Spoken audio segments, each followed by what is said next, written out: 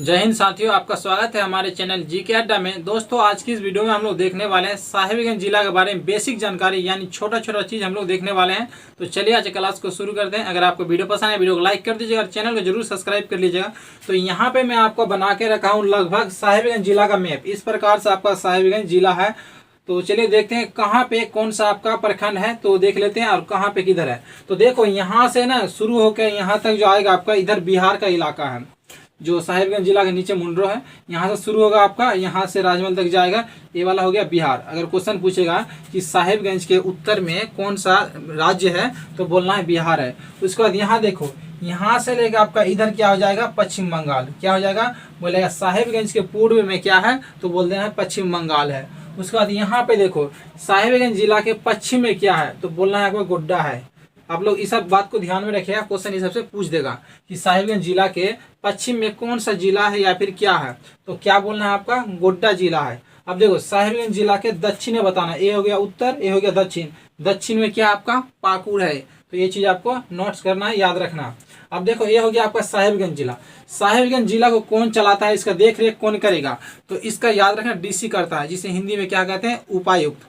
क्या कहते हैं, उपायुक्त। तो सारा जिला का भार किसके ऊपर होता है, उपायुक्त यानी डीसी के पास। अब देखो यहाँ पे जिला को बांटा गया है, यहाँ पे अनुमंडल में बांटा गया है और प्रखंडों में। तो यहाँ पे सबसे पहले देखिए जो दिया गया है, यहाँ पे टोटल 9 प्रखंड है। जितना भी दिख रहा है यहाँ पे देखो साहिबगंज, ये क्या एक प्रखंड है। उसके बाद देखो यहाँ पे एक हो गया ये वाला, यहाँ से यहाँ तक ये वाला राजमहल। उसके बाद यहाँ से हो जाएगा ये वाला तालझारी, और यहाँ पे हो जाएगा आपका बोरियो, और इधर आपका मुंड्रो। आपको मैप भी याद रखना है माइंड में कि कहाँ पे किधर है, ठीक है। तो इधर हो गया साहिबगंज से इधर मुंड्रो पड़ेगा, इसका नीचे बोरियो, इधर तालझारी और इधर राजमहल। उसके बाद देखो राजमहल के इधर नीचे आएंगे तो क्या उदवा पड़ेगा, उसका उदवा के इधर नीचे से बरहरा पड़ेगा, उसका पतना पड़ेगा, उसका बरहेट।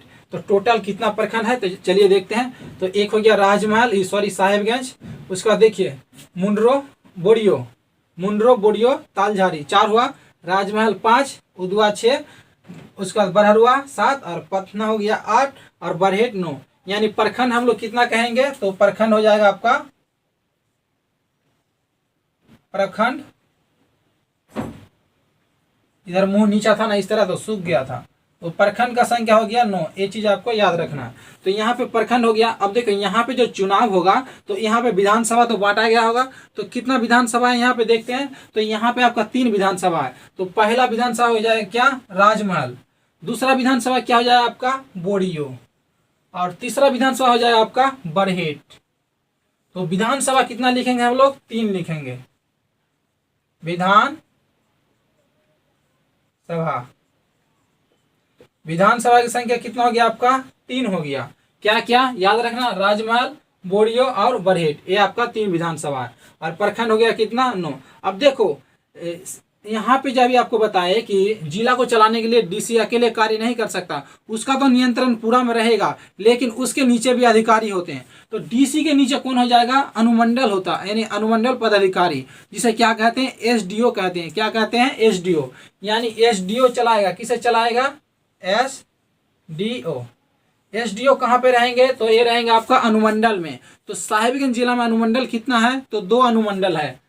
कितना अनुमंडल हो जाएगा, अनुमंडल, अनुमंडल की संख्या हो गया 2। इतना जिलों को चलाने के लिए कितना अनुमंडल चाहिए, 2 अनुमंडल।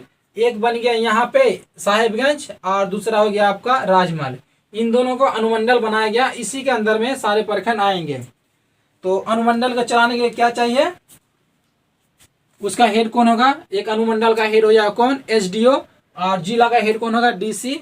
उसका देखो आप यहाँ पे तो अनुमंडल हो गया, अनुमंडल के नीचे में अधिकारी होगा, उस अधिकारी को क्या कहेंगे, सीओ कहेंगे, यानी प्रखंड विकास पदाधिकारी।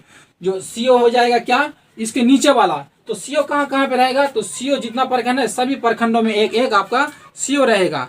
तो उसके नीचे हो गया सीओ। आप सीओ के नीचे फिर कार्य करेगा कौन, पंचायत लेवल का जितना है पंचायत, उसके बाद आपका ग्राम सभा, ये सारे उसके अंदर में रहेगा। तो ये हमारा सीरीज इस प्रकार से चलेगा। तो देखिए यहाँ पे, तो यहाँ पे सीओ का कहाँ पे कार्य होगा, तो प्रखंड में।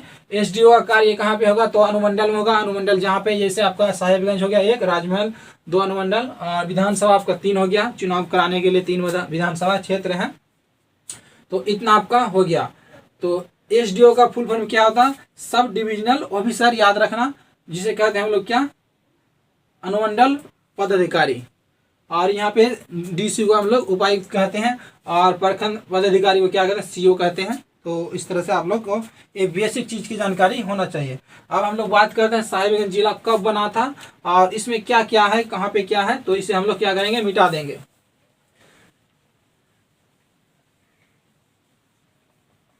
आप लोग वीडियो को लाइक कर दीजिएगा। अब देखते हैं हम लोग यहाँ पे, तो ये सारा चीज हो गया। अब देखते हैं साहिबगंज जिला कब बना था। तो आपको डेट याद रखना, गठन कब हुआ था इसका, आपको ना यहाँ पे डेट तारीख के साथ याद रखना। 17 मई, क्या 17 मई 1983 ईस्वी में साहिबगंज जिला कब बना था, 17 मई 1983। आपको डेट के साथ याद रखना। कभी कभी आपको पूछा जा सकता है कि साहिबगंज जिला का स्थापना दिवस किस दिन मनाया जाता है, तो 17 मई को मनाया जाता है। उसके बाद आगे देखते हैं हम लोग। तो ये हो गया। अब साहिबगंज जिला में कितना जनसंख्या है, तो हम लोग 2011 के अनुसार काउंट करेंगे, क्योंकि 2021 में जनगणना नहीं हुआ था। तो 2011 के अनुसार कितना जनसंख्या लगभग, तो इसका जनसंख्या हो जाए आपका, जनसंख्या, ये सब चीज आप शायद याद कर ले होंगे। जो हम लोग तैयारी कर रहे हैं ये चौकीदार के लिए है, साहिबगंज चौकीदार के लिए। तो जनसंख्या याद रखना सर 11 लाख लगभग, 11,50,000। और यहाँ पे संख्या 5, 6, 7, यानी लगभग इतना एग्जैक्ट है। तो यहाँ पे ये वाला याद नहीं रखेंगे फिर भी चलेगा, सीधा बोल सकते हैं कि 11,50,000 जनसंख्या है, यानी सर 11 लाख जनसंख्या है। अगर ये वाला भी याद रखना है कि पूछ भी सकता है कि 11,50,567, ये हो गया आपका साहिबगंज जिले का जनसंख्या। तो ये हो गया आपका जनसंख्या। आप देखते हैं हम लोग जनसंख्या हो गया। अब देखते हैं लिंग अनुपात। लिंग अनुपात देखो, क्वेश्चन पूछा गया था पाकुड़ में, लिंग अनुपात सीधा नहीं पूछा था, वहां पे पूछा गया था कि पाकुड़ जिला में लिंग अनुपात नहीं पूछा था, पूछा कि प्रति पुरुष में महिला की संख्या क्या है, और इसी को लिंग अनुपात कहते हैं। बहुत सारा बच्चा समझ नहीं पाया होगा कि क्या पूछ दिया, तो उसे ही लिंग अनुपात किसे कहते हैं, प्रति पुरुष में महिला की संख्या। 1000 पुरुष में कितना महिला है, तो उसे हम लोग लिंग अनुपात कहेंगे। तो साहिबगंज में कितना है लिंग अनुपात, साहिबगंज का लिंग अनुपात हो जाए आपका 952, यानी 1000 पुरुष में से आपका 952 महिला है। 50 लिख दिए, ये हो गया आपका लिंग अनुपात। फिर से मिस्टेक, यहाँ पे क्या 52 बोल रहे हैं लेकिन लिख रहे हैं गलत। 952 लिंग अनुपात किसे कहते हैं, प्रति 1000 पुरुष में महिला की संख्या को लिंग अनुपात कहते हैं। क्वेश्चन इस तरह से पूछा था कि पाकुड़ जिले में प्रति 1000 पुरुष में महिला की संख्या क्या है, और इस तरह से पूछ सकता है कि लिंग अनुपात सीधा क्या है। तो आप याद रखना 952। अब देखिए ये हो गया लिंग अनुपात। अब देखो यहाँ पे ना बच्चा का भी लिंग अनुपात निकाला जाता है, जो छोटा बच्चा है ना उसका भी लिंग अनुपात। तो बच्चा का लिंग अनुपात कितना हो जाएगा, तो बच्चों का लिंग अनुपात याद रखना है। बच्चों का ना इसमें आपको 8 जोड़ देना, 8 जोड़ेंगे कितना हो जाएगा यहाँ पे, तो हो जाएगा आपका 960। क्या हो जाएगा 960। ये हो गया आपका बच्चे का लिंग अनुपात, मतलब शिशु लिंग अनुपात। अब हम लोग देखते हैं आगे। अब इतना जनसंख्या हो गया, तो जनसंख्या तो प्रति मतलब बढ़ेगा हर साल। तो ये 10 साल में जितना जनसंख्या बढ़ेगा उसे हम लोग कहते हैं दशकीय वृद्धि दर। 10 साल में कितना जनसंख्या बढ़ेगा, तो 24% बढ़ जाएगा। 24.01%, हम लोग शॉर्टकट में 24 भी याद रख सकते हैं, यानी दशकीय वृद्धि दर। मतलब क्या 10 साल में बढ़ेगा, इसलिए उसे क्या कहें, दशकीय वृद्धि। तो कितना हो जाएगा, दशकीय वृद्धि दर कितना हो जाएगा, 10 साल में जो बढ़ेगा वृद्धि, शॉर्टकट में लिख देते हैं हम लोग, तो हो जाएगा आपका 24.01%। इतना जनसंख्या प्रति 10 साल में बढ़ जाएगा। यानी 5 है इस बार, सॉरी इस बार अगर मान लीजिए आपका 4 जनसंख्या है तो 10 साल में कितना हो जाएगा 5। इस बार मान लीजिए 4000 है तो 10 साल बाद आपका 5000 हो जाएगा, लगभग 25% वृद्धि हो जाएगा। यहाँ पे 24 दिया है तो आपको थोड़ा सा मैं मेंटेन करके बता दिया हूँ। आगे देखिएगा हम लोग। अब यहाँ पे ये जो क्षेत्र है जनसंख्या घनत्व देखेंगे। जनसंख्या घनत्व किसे कहेंगे, तो आपका क्वेश्चन उस तरह से थोड़ा सा डीपली करके पूछ सकता है। जनसंख्या घनत्व मतलब प्रति वर्ग किलोमीटर में कितना व्यक्ति निवास करते हैं। एक वर्ग किलोमीटर में जितना व्यक्ति रहेगा तो उसे हम लोग क्या कहेंगे, जनसंख्या घनत्व कहेंगे। प्रति वर्ग किलोमीटर में निवास करने वाले व्यक्ति को क्या कहते हैं, जनसंख्या घनत्व। जो कि साहिबगंज का कितना है, तो हो जाएगा आपका जनसंख्या घनत्व, संख्या घनत्व। साहिबगंज जनसंख्या घनत्व है आपको झारखंड का भी याद रखना है। देखो झारखंड का आपका 414 कितना है, 414।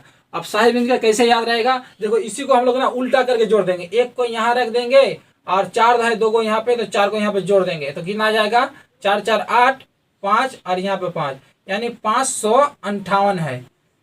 देखो ये ट्रिक नहीं है बनाने का, ये ना इस तरह से होता है, इतना है, इसी वजह से मैं लगा दिया हूँ याद रखने के लिए। कई बार क्या होता है भूल जाते हैं कि क्या जनसंख्या घनत्व कौन ठो है या लिंग अनुपात कितना है, इसमें कंफ्यूजन हो जाता है। तो मुझे पता है झारखंड का 414 जनसंख्या घनत्व है, यानी 1 वर्ग किलोमीटर में 414 व्यक्ति रहते हैं झारखंड में। लेकिन साहिबगंज का पूछा गया है तो साहिबगंज का हमें क्या हो जाएगा, 558 हो जाएगा, यानी प्रति वर्ग किलोमीटर में 558 व्यक्ति निवास करते हैं। इसे क्या कहते हैं हम लोग, जनसंख्या घनत्व कहते हैं। लिंग अनुपात हो गया, शिशु लिंग अनुपात हो गया, जनसंख्या वृद्धि हो गया, कुल जनसंख्या हो गया। अब देखो यहाँ पे एरिया बताना भूल गए, इसका क्षेत्रफल कितना है, टोटल क्षेत्रफल निकालेंगे तो क्षेत्रफल कैसे निकाला जाता है, मैंने मैथ में बताया था, लंबाई गुना चौड़ाई, यानी इसका लंबाई और चौड़ाई का गुना करेंगे तो यहाँ पे तो आकार दूसरे तरह का है, फिर भी इसका क्या निकाला जाता है। तो हम लोग क्या करेंगे, इसका याद रखेंगे, कितना हो जाएगा 2063। तो एरिया कितना हो जाएगा, एरिया मतलब क्या, क्षेत्रफल, यानी एरिया यानी क्षेत्रफल कितना हो जाएगा, साहिबगंज जिले का कुल क्षेत्रफल, तो याद रखिएगा 2063 वर्ग किलोमीटर, क्या हो जाएगा 2063 वर्ग किलोमीटर स्क्वायर, ये आपका क्षेत्रफल हो जाएगा। अब यहाँ पे साक्षरता दर कितना है, तो पढ़ा लिखा कितना है, साक्षरता दर याद रखना है आपको,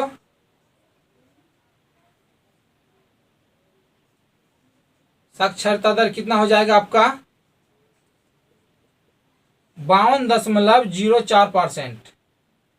ये आपका पढ़ा लिखा है कितना परसेंट, 52.04%। आगे देखते हैं हम लोग, अनुमंडल आपको बता चुके हैं क्या है अनुमंडल, यहाँ पे 2 है, यहाँ पे ये वाला ऊपर वाला याद रखना है, ये दोनों क्या हो जाएगा हमारा अनुमंडल, और जो आपका विधानसभा हो जाएगा इधर से आ जाएगा, राजमहल, बोरियो, बरहेट, इस तरह से। आगे का देखते हैं हम लोग, अब यहाँ पे 9 प्रखंड बता दी चुके हैं। उसके बाद देखिए आप लोग, उसका ये होगा, अब राष्ट्रीय राजमार्ग देखते हैं हम लोग। साहिबगंज जिला में राष्ट्रीय राजमार्ग यानी नेशनल हाईवे कितना गुजरता है, तो यहाँ पे 3 नेशनल हाईवे गुजरते हैं। और अगर बोलेगा झारखंड में कितना गुजरता है तो इसमें 0 लगा देना, झारखंड में हो जाएगा 30। तो NH नेशनल हाईवे मतलब क्या, NH जिसे हम लोग हिंदी में राष्ट्रीय राजमार्ग कहते हैं। तो NH हो गया आपका कितना है, टोटल 3 है। क्या क्या है देख लेते हैं हम लोग, तो 3 है ना, 3 से ही आपका संख्या बन जाएगा, टोटल 3 है। तो पहला हो जाएगा आपका क्या, NH 33 है। दूसरा हो जाएगा आपका NH 133A, और तीसरा हो जाएगा आपका, ये 1 नंबर हो गया, 2 नंबर और 3 नंबर, नीचे में दिखाई नहीं देगा इसलिए मिटा के ऊपर लिखेंगे, NH हो जाएगा 133B हो जाएगा, A है। ये संख्या बताएं, समझे, ये ना कुछ और मत समझना कि NH 3 भी है, ऐसा नहीं है, ये संख्या है टोटल। बोला कुल कितने NH है, तो टोटल 3 NH है। तो है क्या क्या, तो NH 33, 133A और 133B। एक बार फिर से यहाँ पे देख लेते हैं, शायद कहीं मिस्टेक अगर हो जाए तो। यहाँ पे सही है तो देख लीजिएगा आप लोग तीनों। अब हम लोग आगे की ओर चलते हैं, तो अब यहाँ पे हम लोग हिस्ट्री के बारे में देखेंगे। देखिए दोस्तों, अभी यहाँ बिजली है, जब तक लाइन रहेगा ना तो बताएंगे, उसके बाद यहाँ पे, क्योंकि लाइन कब चला जाएगा पता नहीं, वहां से वीडियो कट हो जाएगा। बाकी जब तक लाइन है यहाँ पे वीडियो आपका बनता जाएगा, लेकिन ज़्यादा लॉन्ग वीडियो बन जाने से यहाँ पे साइज बहुत बन जाता है ना, अपलोड करने में बहुत दिक्कत होता है। तो ये तो हो गया आपका प्रखंड। अब हम लोग देखते हैं नदियाँ कौन कौन सी है। तो यहाँ पे आपका 6 नदी है। पहला हो जाए क्या, गंगा नदी, सबसे फेमस नदी। तो यहाँ पे लिख देते हैं गंगा, गुमानी, ब्राह्मणी, बांसलोई और पालसी नदी, एक अजय नदी। तो 6 नदी है। तो नदी का नाम भी याद रखना, क्वेश्चन कैसे बनेगा, पूछ देगा इनमें से कौन सी नदी साहिबगंज जिले में नहीं बहती है। और 3 ऑप्शन आपके रहेंगे, जैसे हो गया गंगा, गुमानी, बांसलोई, और एक अलग से देगा दामोदर। तो आपको क्या करना है, दामोदर को छांटना है, क्योंकि पूछा है नहीं है। तो क्या नहीं है, दामोदर नहीं है। इस तरह से क्वेश्चन आपके पूछे जाएंगे। और दोस्तों आप सभी के लिए एक कोर्स लाए हैं, जो साहिबगंज चौकीदार की तैयारी करना चाहता है। कोर्स लॉन्च हो चुका है 2 अक्टूबर को, और बहुत सारे बच्चे ने ज्वाइन हो चुका था। उसमें आपका प्राइस रखा गया आपका कितना, 299 रुपये। इसमें आपको क्या मिलेगा, संपूर्ण साहिबगंज जीके का निचोड़, एक भी प्रश्न आपका नहीं छूटेगा। उसके बाद आपका जो लगभग जो सिलेबस है ना चौकीदार का, उसमें जितना कुछ रहेगा सारा चीज को कवर किया जाएगा। झारखंड जी के लगभग दिया जाएगा 200 प्लस प्रश्न सेलेक्टेड, जिसमें आपको, और सारा प्रश्न कहाँ पे मिलेगा, ऑनलाइन टेस्ट आप दे सकते हैं। 4 आपके ऑप्शन रहेंगे, वस्तुनिष्ठ प्रश्न रहेगा, उसके नीचे 4 ऑप्शन आपको सही का चयन करना है। ठीक है, आपका सही हुआ या फिर गलत तो आपका पता चल जाएगा। टोटल 600 प्रश्न से अधिक दिया जाएगा। उसके बाद मैथ का भी आपको कोर्स दिया जाएगा।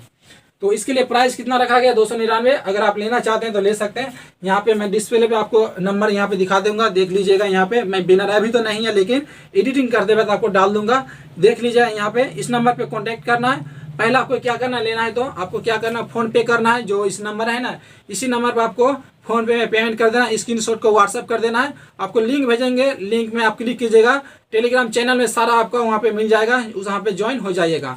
जिसको भी अगर बेहतरीन तैयारी करना है तो कोर्स को ज्वाइन कर लीजिएगा। प्राइस बहुत कम रखा गया 299। आजकल एक 1 क्लास का बच्चा को भी पढ़ाएंगे तो 1 महीने में 200-250 रुपया लग जाते हैं। तो जिसको भी लेना हो ले लीजिएगा, ठीक है। आगे हम लोग चलते हैं।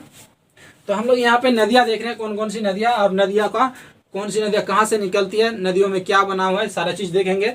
तो यहाँ पे आपको हो गया पहला नदी, हम लोग देखते हैं गंगा नदी।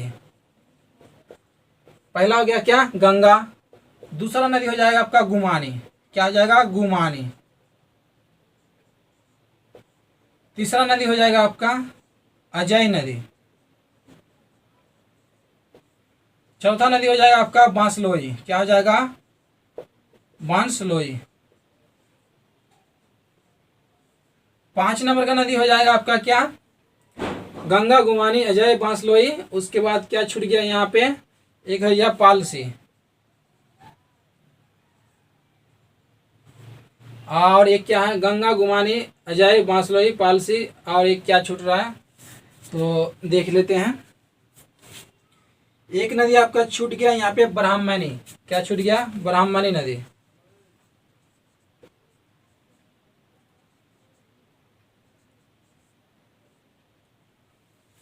तो टोटल 6 नदी है। तो देखते हैं कौन सी नदी में क्या। तो यहाँ पे देखो सबसे फेमस नदी क्या है, गंगा। क्यों फेमस है, यहाँ इसके बारे में ना विस्तार से बताया गया। अगर आप चैनल में ज्वाइन होना चाहते हैं हो जाइएगा। उसमें बताया गया गंगा नदी में जो आपका बंदरगाह बना है, कितना उसका आपका लागत था, उसका उद्घाटन कब किया गया, उसका नींव कौन रखा था, कब रखा था, सारा चीज के बारे में किया गया, किस जलमार्ग में बना है, उसमें सारा चीज बताया गया था। इसमें हम लोग शॉर्टकट से चलेंगे। तो गंगा नदी में बैरेज बना था, तो कब बना है तो याद रखना, ये इसका नींव कब रखा था, 2017 में रखा गया था। और किसने रखा था, तो नरेंद्र मोदी ने रखा था। अगर विस्तार से जानकारी लेना चाहते हैं तो कोर्स में आप ज्वाइन कर सकते हैं। देखो गंगा नदी में क्वेश्चन पूछेगा कि राजमहल किस नदी के किनारे है, तो आपको बोलना है किस नदी के किनारे, गंगा नदी के किनारे है। ये भी क्वेश्चन पूछ सकता है कि साहिबगंज शहर किस नदी के किनारे है, तो आपको बोलना है गंगा नदी के किनारे। अब देखो गुमानी नदी, गुमानी नदी के बारे में यहाँ पे बोलेगा कि उद्गम स्थल कहाँ पे है। गुमानी नदी का उद्गम स्थल झारखंड में, सॉरी साहिबगंज में कहाँ से होता है, तो बोलना आपका राजमहल पहाड़ी, क्या हो जाएगा आपका, राजमहल पहाड़ी से निकलता है, राजमहल पहाड़ी। अब देखो राजमहल पहाड़ी आ गया। राजमहल पहाड़ी का क्षेत्रफल कितना है, ये भी क्वेश्चन पूछ सकता है। तो 2000 वर्ग किलोमीटर में विस्तृत है। कितना, 2000 वर्ग किलोमीटर, 2000 वर्ग किलोमीटर में राजमहल पहाड़ी विस्तृत है। उसके बाद हो गया वहां से कौन सी नदी निकलती है, तो गुमानी नदी निकलती है। अब देखो आ गया आपका अजय नदी। अजय नदी क्यों फेमस है, इसका उद्गम कहाँ में होता है, तो बिहार में होता है। बिहार से ये नदी झारखंड में प्रवेश करती है, कहाँ पे, साहिबगंज जिला में। और देखो इस नदी का फेमस क्या है, इस नदी पे एक आपका जलप्रपात है। कौन सा जलप्रपात है आपका, तो मोतीझरा जलप्रपात, मोतीझरा जलप्रपात। इस जलप्रपात की ऊंचाई कितना है, तो ऊंचाई भी आपको याद रखना पड़ेगा, 46 मीटर। कितना हो जाएगा, 46 मीटर। आपको यहाँ पे मीटर याद रखना है। अगर आपको फीट में पूछेगा ना, कुछ और आंसर हो जाएगा। फीट में किसको किसको निकालना आता है, आप लोग निकाल लीजिएगा, ठीक है, क्योंकि फीट में भी पूछा जा सकता है। अब देखो तो ये हो गया मोतीझरा जलप्रपात। उसके बाद आते हैं यहाँ पे हम लोग, बांसलोई नदी हो गया, पालसी नदी ये उतना फेमस नहीं है, ब्राह्मणी नदी, ये सारे उतना इम्पोर्टेंट नहीं है। लेकिन याद रखिएगा क्वेश्चन पूछ सकता है कौन सा नदी बहता है, कौन सा नदी नहीं बहता है साहिबगंज जिले में। उसके बाद यहाँ पे सबसे फेमस हो गया एक किला है जिसका नाम है तेलियागढ़ किला। क्या हो जाएगा, तेलियागढ़, या फिर कहीं कहीं पे रहेगा तेलियागढ़ी। लास्ट में आपका दीर्घई भी जोड़ के रह सकता है, ठीक है। तो कहीं कहीं पे आपको मिलेगा तेलियागढ़ी, कहीं कहीं पे तेलियागढ़। तो यह कहाँ पे है, तो यह साहिबगंज जिले में हो जाएगा। और देखो इस किले का निर्माण किसने कराया था, तो उसका नाम था, एक राजा था तेली राजा, उसी के नाम से बनाया गया है तेलियागढ़ किले। और इसे क्या कहते हैं, बंगाल का प्रवेश द्वार भी कहते हैं। तो ये हो गया आपका तिलहरी किला कहाँ पे है, साहिबगंज में। तो अगला क्वेश्चन देखते हैं हम लोग। ये हो गया आपका क्या, पर्यटन स्थल बन गया है। उसके बाद याद रखिए आप लोग, राजमहल जीवाश्म अभ्यारण्य क्या हो जाएगा दूसरा, राजमहल जीवाश्म अभ्यारण्य। राजमहल जीवाश्म, यहाँ पे ना जगह नहीं है तो इसे हम लोग मिटा देंगे, इसका और जरूरत नहीं है। राजमहल जीवाश्म अभ्यारण्य, जीवाश्म अभ्यारण्य,